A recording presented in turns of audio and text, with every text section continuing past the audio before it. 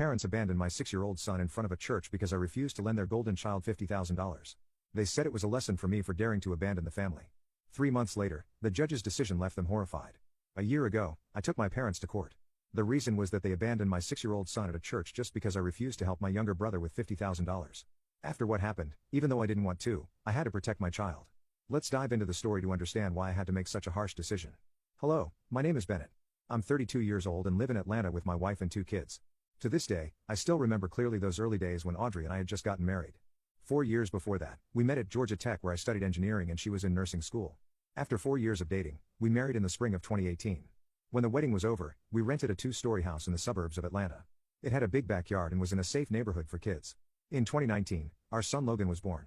He had his mother's blue eyes and a bright smile that always melted my heart.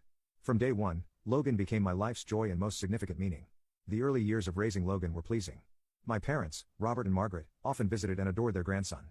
They would bring toys, read him stories, and sometimes even ask to keep him overnight so Audrey and I could have some time. With a loving voice, Margaret would often say to Logan, "You are the pride of our family." Every time he heard that, Logan would giggle and run into her arms. When Logan turned 5, Audrey and I talked about having another child. We both wanted Logan to have a sibling to play with and learn to share. A few months later, my happiness multiplied when Audrey told me she was pregnant with our second child. I truly felt that our life was perfect at that moment, and I couldn't have asked for anything more. To help you understand the conflict that came later, I need to tell you about Derek, my younger brother, who's 4 years younger than me. Since we were kids, Derek was spoiled by our parents in a way I never got to experience. When Derek was 10 and wanted to learn piano, our parents immediately signed him up for expensive top-tier lessons that cost thousands of dollars. But when I was 14 and asked to join the school soccer team, they said no because it was too expensive.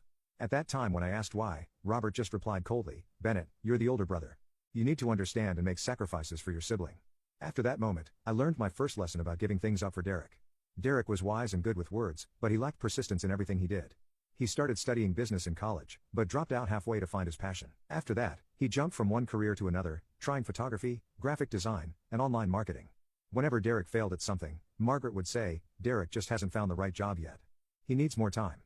Whenever I heard those words, I felt a little uneasy about favoritism. In 2020, when Derek was 24, he opened a small coffee shop in downtown Atlanta. One weekend evening, he came to my house with his eyes lit up with excitement. With an eager tone, Derek said, "Bennett, I've got a great business idea. I want to open a European-style cafe." Hearing that, I asked, "How much do you need to get started?" After that question, Derek answered like he had rehearsed. "I need you to loan me $8,000. I promise I'll pay you back within a year." Even though I felt bad about it, I agreed to help. Thinking Derek had finally found some direction. The result was that the coffee shop lasted 6 months before shutting down due to losses. Later, when I asked about the repayment, Derek said, "I'm struggling right now. Can I pay it off slowly?" That's when I realized Derek probably never planned to pay me back in the first